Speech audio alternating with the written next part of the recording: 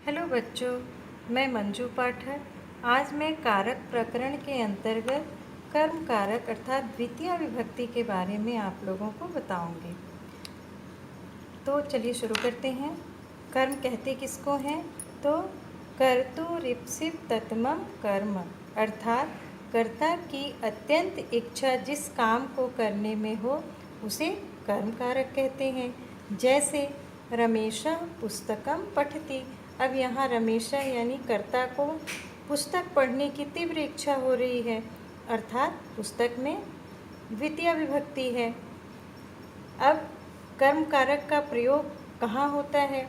तो पहला है नियम इसका कर्मणि द्वितीया। ये साधारण नियम है, इसे सब जानते हैं, अर्थात कर्म में द्वितीय विभक्ति होती है। जैसे मोहना गृहम गच्छति, यहाँ गृहम कर्म है इसलिए इसमें द्वितीय विभक्ति लगी हुई है। इनके अलावा द्वितीय विभक्ति अर्थात कर्म कारक के प्रयोग कुछ विशेष परिस्थितियों में किया जाता है और इनके कुछ सूत्र होते हैं जिनके बारे में अब हम आगे पढ़ेंगे। तो पहला सूत्र इसमें है अभितः परितः सर्वतः योगे द्वितीया, अर्थात इन शब्दों के योग में वाक्य में अगर ये शब्द आए हों तो अनुवाद करते समय इन शब्दों का योग जिसमें है वो वहाँ पे द्वितीय विभक्ति लगती है। जैसे ग्रामम अभितः नदी अस्ति। अभितः का अर्थ होता है दोनों ओर, कोष्ठक में मैंने सबके अर्थ लिख दिए हैं। तो गांव के दोनों ओर, इसलिए यहाँ पर गांव के साधारण नियम के अंतर्गत यहाँ षष्ठी विभक्ति होनी चाहिए, लेकिन यहाँ विशेष परिस्थिति में अभितः के साथ यहाँ द्वितीय विभक्ति लगेगी। उसी तरह से दूसरा उदाहरण है ग्रामम परितः नदी अस्ति। गांव के चारों ओर नदी है।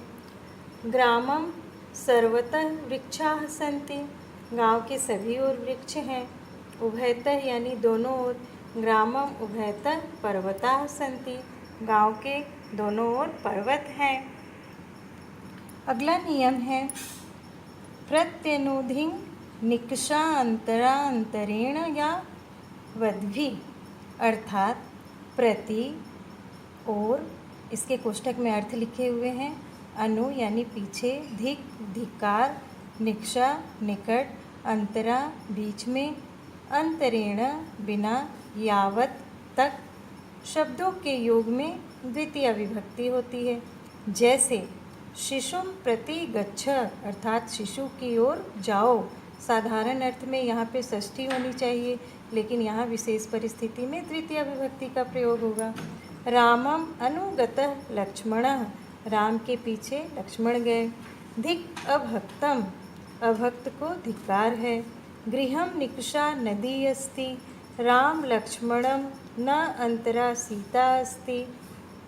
कृष्णम अंतरेण राधा खिन्ना, नगरम यावत वृक्षा सन्ति।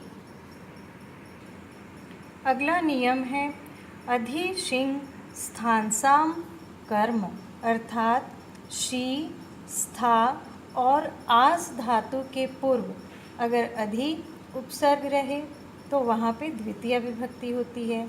जैसे रामः शय्याम अधिशेते, सा गृहम अधितिष्ठति, राजा प्रासादम अध्यास्ते, अर्थात राम शैया पर सोते हैं, वह घर में बैठता है। यहाँ पे साधारण अर्थ में टिप्पणी में मैंने यहाँ लिख दिया है, साधारण नियम के अनुसार यहाँ सप्तमी विभक्ति होने वाली थी, लेकिन विशेष नियम के अनुसार अगर इन धातुओं के पूर्व अधि उपसर्ग लगा हो तो यहाँ पे तृतीय विभक्ति होती है।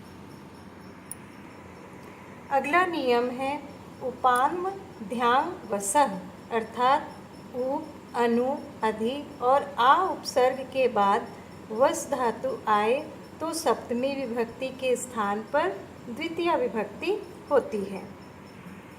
जैसे सह वनम उपवसति, हरि वैकुंठम अनुवसति या आवसति।